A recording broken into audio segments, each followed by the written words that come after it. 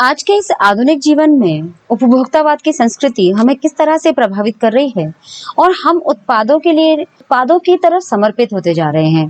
पहले चीजें हमारी जरूरत के अनुसार हुआ करती थी, पर आज हम चीजों के अनुसार अपने आप को वहां खर्च करने लगे हैं। जब हम बाजार जाते हैं, बहुत सारी चीजें जो हमारी आवश्यकता की सूची में नहीं थी, वो भी हम खरीद कर ले आते हैं। कुछ की पैकिंग, कुछ के ऑफर, बहुत सारी चीजें हमें आकर्षित करती हैं। तो जो लेने गए थे वो लाए या ना लाए, लेकिन बाकी हम बहुत सारी चीजें भर कर ले आए। तो यहाँ पर लेखक जैनेंद्र ने, ये कक्षा 12 का पाठ है, आरोह से लिया गया है, गद्य भाग से। यहाँ पर जैनेंद्र कुमार ने बाजार दर्शन यानी कि बाजार का जो एक अपना चरित्र है, उस चरित्र को दिखाने की कोशिश की है, जहाँ पर हम बाजार का उपयोग, सदुपयोग, दुरुपयोग आदि विषयों पर अपने विचार रख सकते हैं। और लेखक ने माना है कि बाजार मनुष्य की आवश्यकताओं की पूर्ति का साधन है और वहीं वह शोषण, दिखावे या अहंकार की पूर्ति का भी साधन कभी कभी बन जाता है। हालांकि उसको बनना नहीं चाहिए। हम शो ऑफ करने के लिए भी बहुत सारी चीजें महंगी हैं, जानते हैं, फिर भी खरीद लेते हैं। सही दाम नहीं है, काम की है, नहीं काम की है, पैकिंग कैसी है, दिखती कैसी है, बहुत सारी चीजों में हम कॉम्प्रोमाइज कर लेते हैं। हम पाठ की ओर चलते हैं। जय हिंद दोस्तों, वीणा की वाणी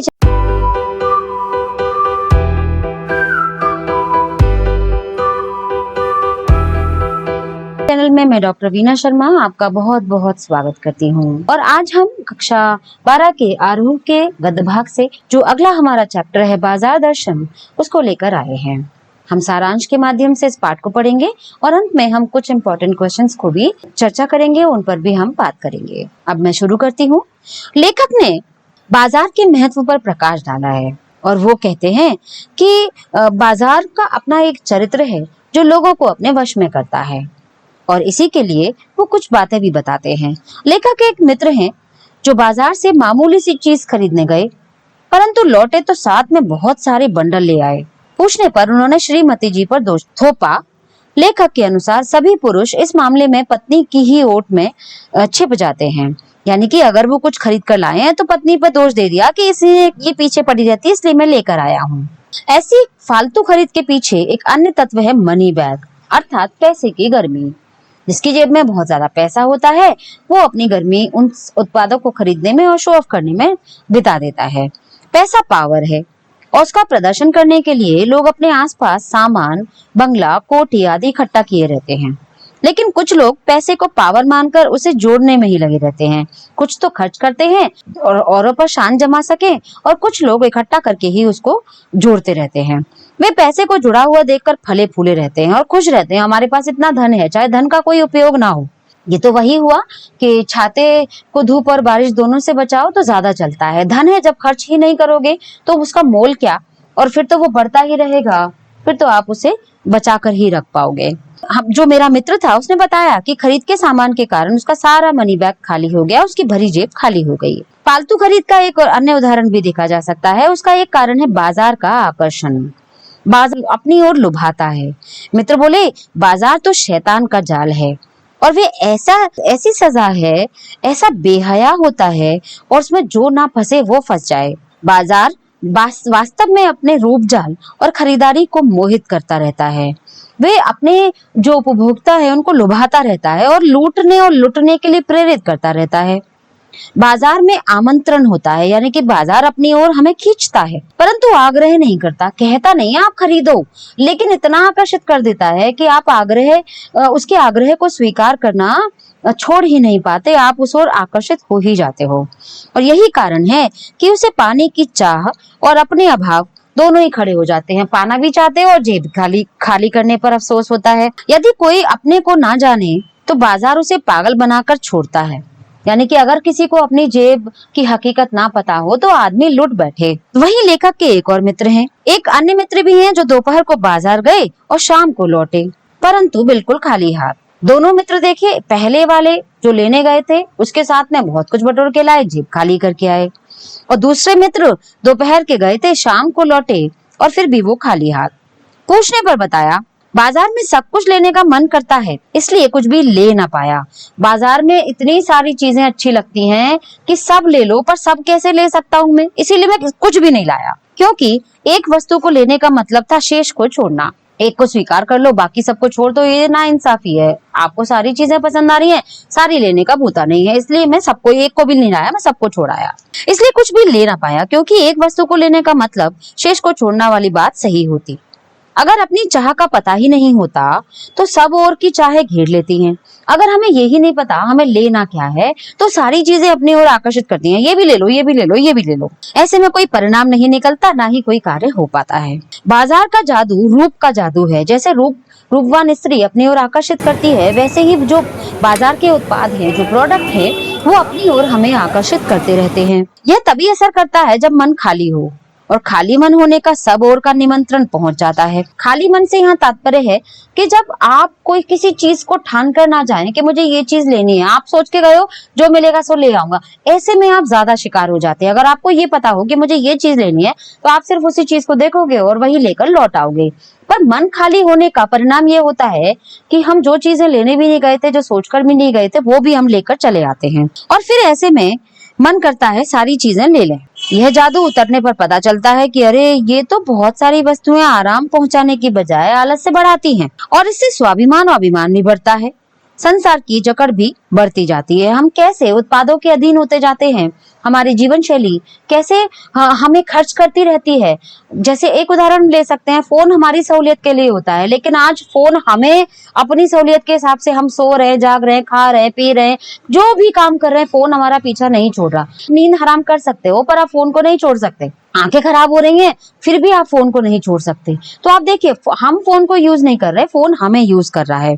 और ऐसे ही जादू को रोकने का एक उपाय है कि बाजार जाने से पहले मन खाली नहीं होना चाहिए। यानी कि हमारा एक कोई लक्ष्य भी होना चाहिए कि हमें बाजार से क्या लेना है, और तब बाजार हमें कृतार्थ कर पाएगा, हम तब बच पाएंगे उसके मोहजाल से। और बाजार की असली कृतार्थता आवश्यकता के समय काम आना।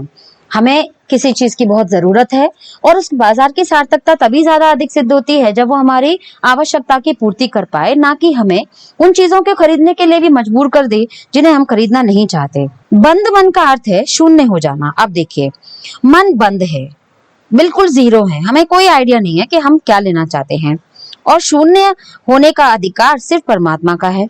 मनुष्य तो अपूर्ण है, इसलिए उसमें इच्छाएं उठेंगी। इच्छा का विरोध करना झूठ है, और यह डांट देकर मन को बंद करना, यह लोभ को जीतना नहीं है बल्कि लोभ की जीत है। मन को ताकत से बंद करना तो हठयोग है, और इससे भी ज्यादा संकीर्ण और छोटा होता है, क्षुद्र होता है। वास्तव में अपूर्णता को स्वीकारा जाना चाहिए। सच्चा कर्म वही है। अगर हम कोई चीज नहीं ले पाते हैं तो हमें ये चीज स्वीकारनी चाहिए कि हम ये चीज नहीं ले सकते। ऐसा नहीं है कि उस चीज को खरीदने के लिए आप बहुत सारे समझौते कर लो। सच्चा कर्म वही है जो अपूर्णता के बोध को जगाता है।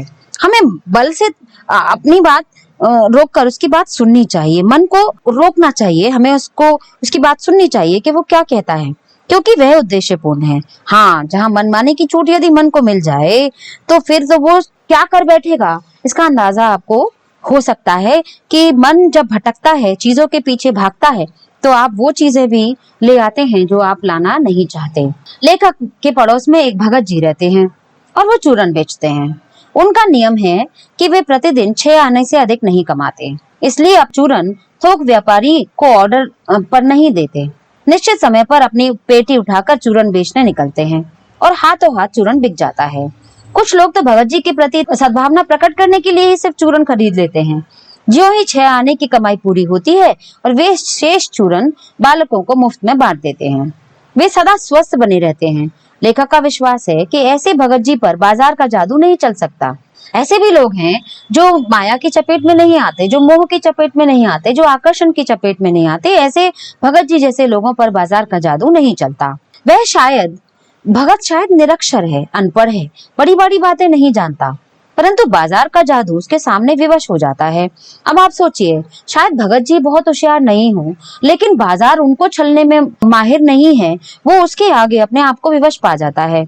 पैसा भीख मांगता है कि मुझे लो, परंतु इस निर्मम व्यक्ति के मन में पैसे पर जरा भी दया नहीं आती। मतलब लोग खरीदना चाहते हैं पर नहीं, उन्हें 6 आने तक का ही व्यापार डेली करना है, तो उससे ऊपर वो सारा चूरन बालकों को बांट देते हैं।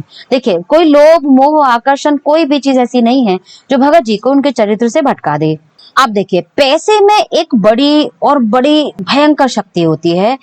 कि पास से मोटर गुजर जाए तो मन में गहरी व्यंग सी की एक लकीर सी उठती है कि हाय मेरे पास ये मोटर क्यों नहीं है। दूसरे को जब हम शान बान से जीते हुए देखते हैं तो मन में प्रश्न जागता है कि भगवान तूने मेरे साथ ही ऐसा क्यों किया।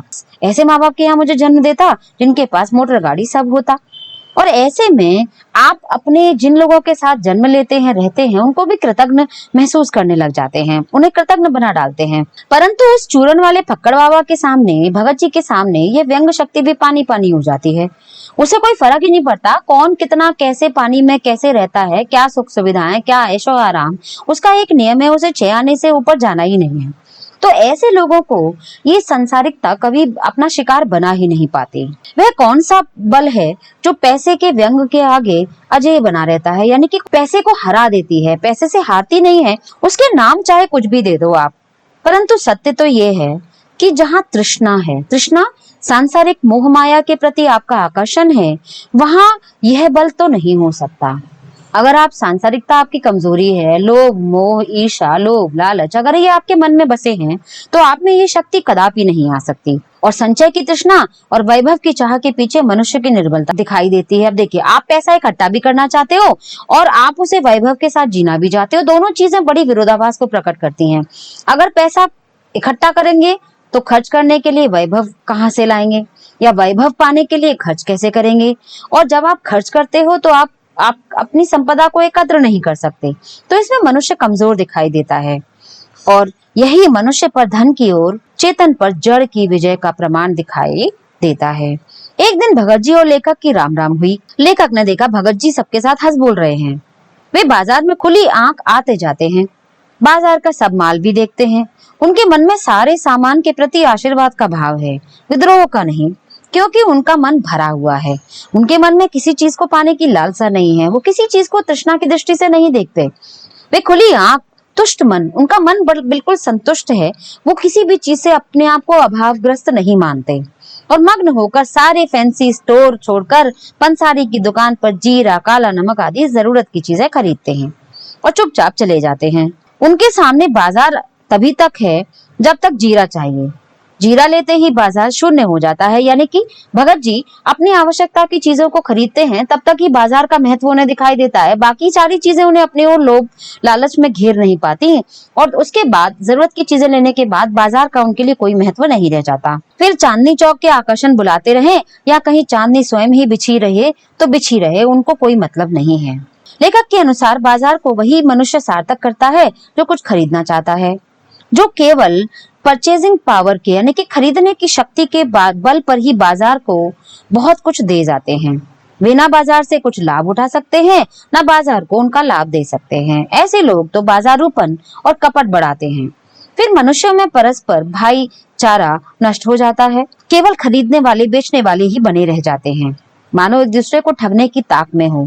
पैसे कमाने की लत ने लोगों को ईमान को, ईमानदारी को और इंसानियत को गिरा दिया है। जब हम चीजों के पीछे आकर्षित होने शुरू कर देते हैं तो चीजें हमें अपनी तरह से खर्च करती हैं और उसमें हमारा जो चरित्र है कहीं ना कहीं उसका पतन होना शुरू हो जाता है। भाईचारा नष्ट हो जाता है, कपट बढ़ जाता है, भ्रष्टाचार बढ़ जाता है और ग्राहक सिर्फ ग्राहक रह जाते हैं, उनसे कोई इंसानी नाता नहीं रहता।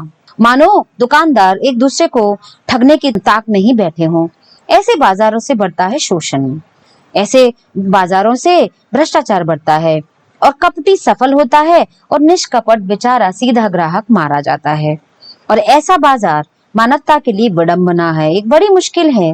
जो ऐसे बाजार का पोषण करता है वह अर्थशास्त्र का सरासर औंधा है, मायावी है और अनीति शास्त्र है। पैसा हमारे लिए है, हम पैसे के लिए नहीं हैं।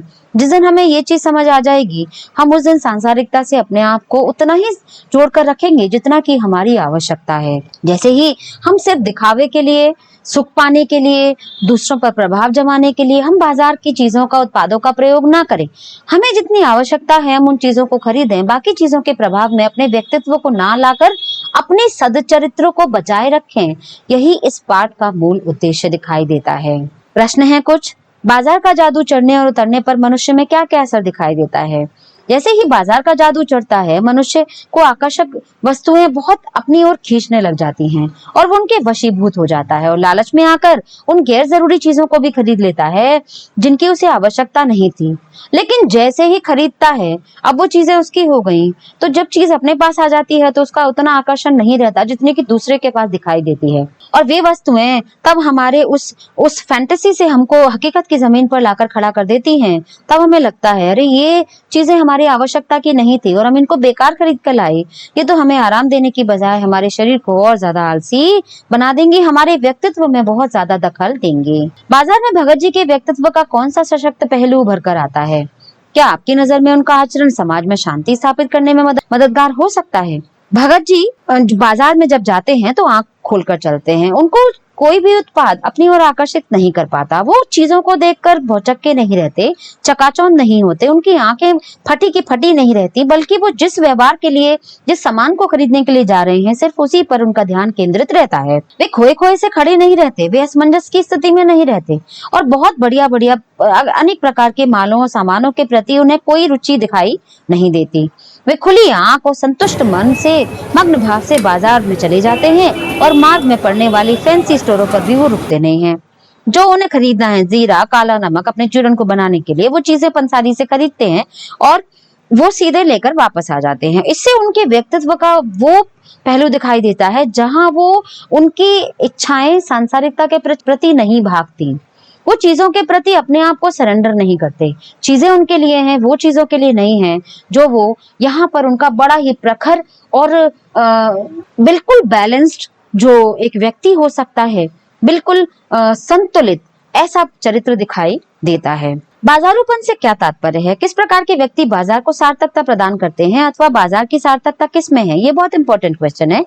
देखिए, बाजारूपन का आशय है ऊपरी चमक दमक और दिखावा। जब चीजें बहुत सुंदर तरीके से हमारे सामने पेश की जाएं, हकीकत उनकी जो भी हो वो तो इस्तेमाल करने के बाद पता लगती है कि, लेकिन उनकी ऊपरी दिखावा इतना हमें आकर्षित करता है कि माल को देखकर हम अपने आप को रोक ही नहीं पाते। और जब माल बेचने वाले बेकार की चीजों को भी आकर्षक बनाकर ग्राहकों को ठग लेते हैं, तो वहां बाजारूपन आ जाता है। यानी कि वहां इंसानियत नहीं है। चीज, आपने गलत चीज को भी अच्छा बनाकर पेश करने की कोशिश की तो आपने भ्रष्टाचार किया, दिखावा किया, झूठ बोला, आपने गलत तरीके से पैसे कमाए। और इसी प्रकार ग्राहक जरूरत की चीजों को की बजाय अपनी मनी पावर दिखाने के लिए बहुत सारा बाजार से माल खरीद लेता है और वहीं पर बाजारूपन दिखाई देता है। और इस बाजारूपन में छल, कपट, धोखा और शोषण का बोलबाला होता है। जहां कमाने वाला सिर्फ धन कमाने के लिए बैठा है, वो उसको सिर्फ पैसे की भाषा समझ में आती है। उसे उस पैसे के आगे वो सारी विशेषताओं से अपने आप को काट के रखता है। वो किसी की मानवीयता को, धोखे को, छल को, कपट को बिल्कुल भी गलत नहीं मानता। लेखक ने पाठ में संकेत किया है कि कभी कभी बाजार में आवश्यकता ही शोषण का रूप धारण कर लेती है। क्या आप इस विचार से सहमत हैं? लेखक की बात से हम पूरी तरह सहमत हैं, क्योंकि बाजार की शक्तियां अर्थात जो दुकानदार हैं, वो ग्राहक की आवश्यकताओं का भरपूर शोषण करते हैं। वो एक चीज लेने आता है, उसको 4 चीजें चिपका देते हैं। तभी किसी की चीज की कमी हो जाए तो प्याज, चीनी, गैस आदि चीजों के भाव आसमान छूने लगते हैं। आज दुकानदारों का धर्म सिर्फ लूटना हो गया है, अतः वे जरूरत के समय मनमानी लूट मचाते हैं। और सरकार की नीतियों के कारण, जैसे चाहे गैस का सिलेंडर हो, चाहे और भी चीजें हैं, उस सबके दाम बढ़ते चले जाते हैं। जैसे ही सरकार बदली, पता नहीं गैस एजेंसी को क्या हो जाता है, गैस की कमी दिखाई देती है।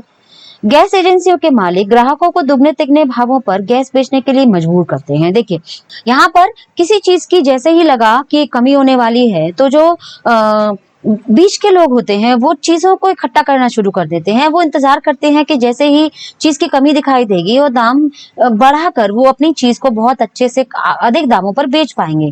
तो वो हर तरीके से पैसे कमाने का और ग्राहकों का शोषण करने का कोई मौका छोड़ना नहीं चाहते। वो किसी भी मौके को गंवाना नहीं चाहते हैं। तो इस तरह से यहाँ सच माने तो बाजारूपन में या बाजार के चरित्र में आजकल सिर्फ शोषण का रूप ही दिखाई देता है। और वो शोषण बहुत सुंदर आकर्षण के धागों में, पैकिंग में, चमक में, दमक में छिपा हुआ दिखाई दे रहा है। एक और प्रश्न है, मन खाली नहीं रहना चाहिए। खाली मन होने से लेखक का क्या अभिप्राय है? क्रय विक्रय पर, यानी कि खरीदने बेचने पर इसका क्या प्रभाव पड़ता है? जब आप बाजार जाएं तो आपके मन में एक लक्ष्य होना चाहिए, मुझे फला चीज खरीदनी है। आप यदि बाजार गए, जो मिला ठीक है ले आऊंगा, और इस जो मिले में आप वो चीज भी ले आते हो जो आपकी आवश्यकता की नहीं है और जो आपने नहीं भी सोची थी। इसलिए लेखक कहते हैं कि बाजार जाते वक्त कभी भी मन खाली नहीं होना चाहिए।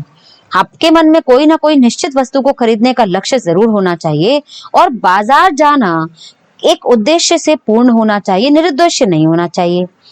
यदि मन में कोई विशेष चाह नहीं होती तो ग्राहक व्यर्थ में ही वस्तुओं को खरीद लेता है और उनके रूप जाल में फंसकर वस्तुएं खरीदता है, और बाजार में एक जो शोषण की शक्ति है उसका जन्म हो जाता है। ना उससे बाजार को लाभ होता है, ना उसे बाजार से। ऐसी स्थिति में प्रदर्शन वृत्ति बढ़ती है, दिखावा बढ़ता है और बाजार में शोषण की शुरुआत हो जाती है, एक भ्रष्टाचार, छल कपट की शुरुआत हो जाती है। पैसे की व्यंग शक्ति एक साधारण जन को किस प्रकार चूर चूर करती है, किनके सामने वह चूर चूर हो जाती है। एक तो पैसा दूसरों को अपने प्रभाव में लाने का कायल हो जाता है, और कहीं ऐसा व्यक्तित्व है जो पैसे के प्रभाव को अपने अंदर कायल बना के रख देता है। देखिए, दोनों में बड़ी ही व्यंग शक्ति है कि जैसे भगत जी जैसे कैरेक्टर हैं, उन पर बाजार का कोई प्रभाव नहीं पड़ता। उनका जो चरित्र है वो इतना स्ट्रांग है, इतना बैलेंस्ड है कि बाजार की कोई चीज उन्हें लुभा नहीं पाती। लेकिन बहुत सारे लोग हैं जो बाजार की चीजों से आकर्षित हो जाते हैं। तो पैसे में बड़ी जबरदस्त व्यंग शक्ति होती है। पैसे वाला व्यक्ति अपनी मोटर से धूल उड़ाता हुआ निकल जाता है। हम रिक्शे वाले को तो गालियां जल्दी से सुना लेते हैं, लेकिन गाड़ी वाला हमेशा आपकी नजरों में अच्छा ही होता है और रिक्शा वाला हमेशा कसूरवार होता है। तो हमारी सोच जो इस दिखावे पर बनी है, कहीं ना कहीं वो हमारे इस चरित्र में दिखाई देती है। साधारण जन का हृदय लालसा, ईर्ष्या और तृष्णा से जल उठता है। वे अपने अभाव सताने लगते हैं और वो परेशान होने लगते हैं दूसरों को ऐशो आराम की जिंदगी जीते हुए। उसे लगता है कि शेष सबके पास धन है, सबके पास सब कुछ है, वही बेचारा संसार का सबसे बड़ा दुखिया और गरीब है, और इससे उसका मनोबल चूर चूर हो जाता है। लेखक ने किस बाजार को मानवता के लिए विडंबना कहा है और क्यों? ऐसे बाजार को विडंबना कहा है जो सिर्फ क्रय विक्रय रखते हों, परचेजिंग पावर का महत्व दिखाते हों, कपट बढ़ाते हों, सद्भाव नष्ट करते हों, भाईचारा खत्म करते हों, शोषण करते हों, और सभी लोग एक दूसरे को हानि पहुंचाकर सिर्फ लाभ कमाना चाहते हैं। ऐसे लोग कपटी होते हैं और वो सफल होना चाहते हैं, और ऐसे में निष्कपट मारा जाता है।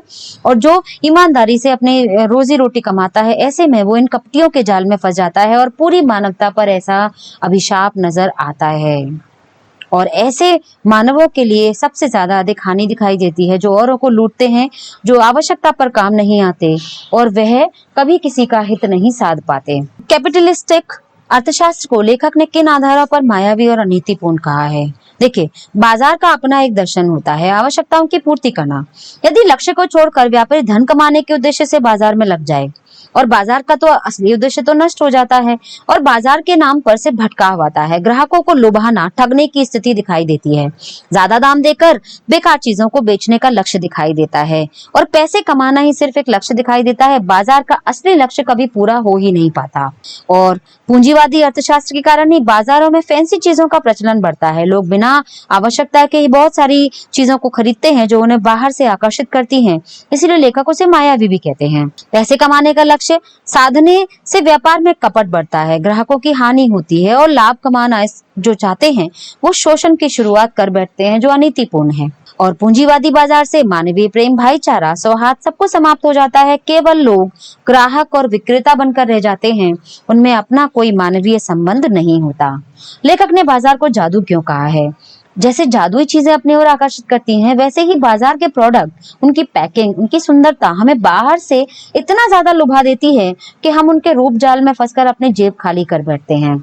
जैसे जादू, कोई तिलिस्म बिना हमारे शारीरिक परिश्रम के हमें खुद ब खुद अपने वश में कर लेता है, हमें उसे कंट्रोल करने का, अपनी शक्तिहीन होने का अनुभव होता है। ऐसे ही बाजार को जादू कहा है क्योंकि बाजार के जो उत्पाद हैं वो अपनी रूप शक्ति से हमें, अपने जादू से हमें एकदम शक्तिहीन बना देते हैं, और हम उसके प्रभाव में आने से अपने आप को नहीं रोक पाते हैं। भगत जी के चरित्र की विशेषताओं पर प्रकाश डालिए। ये बहुत अच्छा क्वेश्चन है, आप इसको तैयार कर सकते हैं। जो वो तृष्णा लोभ से ऊपर उठ चुके हैं, पैसे जोड़ने की उनकी कोई काम वासना नहीं है, कोई इच्छा नहीं है। वो व्यापारी वो सिर्फ अपने व्यापार को अपनी आवश्यकताओं की पूर्ति का साधन बनाते हैं। वो धन इकट्ठा करने में विश्वास नहीं रखते और इसीलिए 6 आने की कमाई होते ही वो सारा चूरन बच्चों को बांट देते हैं और इससे बढ़कर वो अपने धंधे से कोई अपेक्षा नहीं रखते। वो सारा उद्योग भी करते हैं, मेहनत भी करते हैं और अधिक कमाना पाप समझते हैं और पूरे 6 आने हो जाने पर वो शेष चूरन बालकों की खुशियों के लिए गवा देते हैं। वे बाजार के आकर्षणों से बिल्कुल भी प्रभावित नहीं होते और वे एक सच्चे व्यापारी हैं। सच्चे व्यापारी को अपनी मानवता नहीं छोड़नी चाहिए। उसके लिए धन प्राप्ति ही एक लक्ष्य नहीं होना चाहिए। यहाँ पर भगत जी का चरित्र बहुत सुंदर दिखाई देता है और अपने धंधे आवश्यकता की पूर्ति करना ही सिर्फ उनका लक्ष्य है, इसीलिए उसको वो शुद्ध भाव से निभाते हैं और इसीलिए उनके मन में गहरी संतुष्टि है। भगत के मन में संसारी वस्तुओं के प्रति निंदा या तिरस्कार का भाव नहीं है। वो घृणा नहीं करते, लेकिन उनको जरूरत नहीं है तो वो उसकी तरफ देखना भी नहीं चाहते। वो सबको फलता फूलता देखने के भी इच्छुक हैं। बाजार से सिर्फ उतना ही मतलब रखते हैं जितनी की बाजार उनकी आवश्यकताओं की पूर्ति कर सके।